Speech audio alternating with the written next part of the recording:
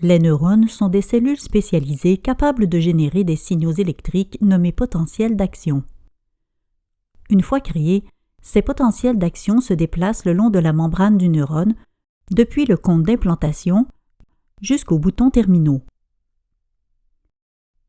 Voyons voir comment se forment ces potentiels d'action. Au repos, la membrane d'un neurone est polarisée, c'est-à-dire que sa face interne est chargée négativement, tandis que sa face externe est chargée positivement. Cette différence de potentiel s'explique par la répartition inégale des ions de part et d'autre de la membrane.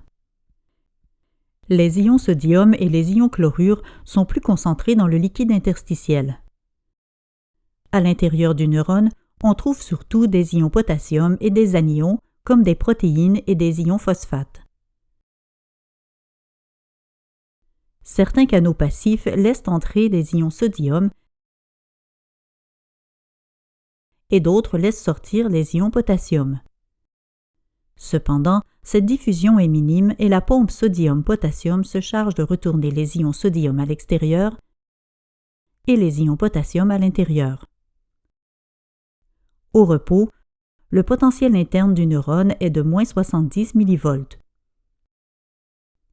Outre ces canaux passifs, la membrane du neurone possède également des canaux voltage dépendants qui s'ouvrent en réponse à une variation du potentiel de membrane. Lorsqu'un neurone est stimulé, les canaux à sodium voltage dépendant s'ouvrent.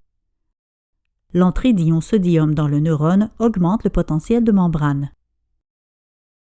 Si ce potentiel atteint le seuil de moins 55 mV, d'autres canaux à sodium de même que les canaux à potassium voltage dépendant s'ouvrent.